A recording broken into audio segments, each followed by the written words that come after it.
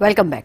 આગળ વાત કરીએ તો પહાડો પર ભારે બરફવર્ષા થઈ છે। ઉત્તરાખંડ અને કાશ્મીર સાથે જ હિમાચલમાં પણ બરફવર્ષા થઈ છે, ત્યારે ભારે બરફવર્ષાને કારણે તેને જનજીવન પર પણ તેની અસર જોવા મળી રહી છે। જનજીવન અસ્તવ્યસ્ત થયું છે, ત્યારે કાશ્મીરમાં પૂંછ, રાજૌરી અને ડોડામાં પણ ભારે હિમવર્ષા થઈ છે। ચારે તરફ બરફના થર જામ્યા છે, ત્યારે અનેક રસ્તાઓ પણ બંધ થયા છે।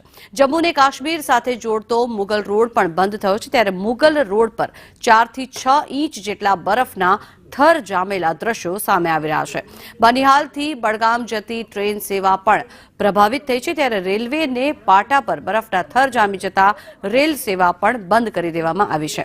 આ તરફ હિમાચલ પ્રદેશમાં પણ ભારે બરફવર્ષા નોંધાઈ રહી છે, ત્યારે કુલ્લુ મનાલી, રોહતાંગ અને સોલાંગમાં પણ સફેદ બરફની ચાદર છવાઈ ગઈ છે। લાહોર સ્પીતિમાં પણ ચારે તરફ સફેદી છવાઈ છે, ત્યારે ભારે બરફવર્ષાના કારણે તેને મનાલી અને લેહ માર્ગ પર અવરજવર પણ અટકી ગઈ છે।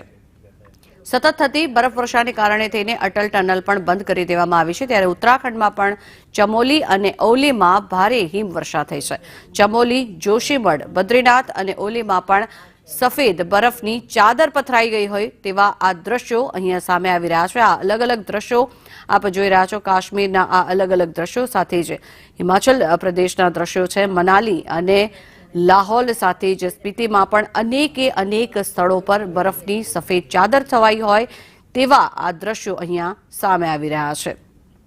અનેક જે સહેલાણીઓ છે જે કુલ્લુ મનાલીમાં મજા માણવા જઈ રહ્યા છે તે લોકો માટે પણ અત્યારે ખૂબ જ ચિંતાજનક કહી શકાય તેવો આ સમય છે, કારણ કે સતત થતી બરફવર્ષાને કારણે થઈને અનેક રોડ રસ્તાઓ પણ બંધ કરી દેવામાં આવ્યા છે, જેના કારણે થઈને પ્રવાસીઓને પણ ભારે હાલાકીનો સામનો કરવાનો વારો આવી રહ્યો છે।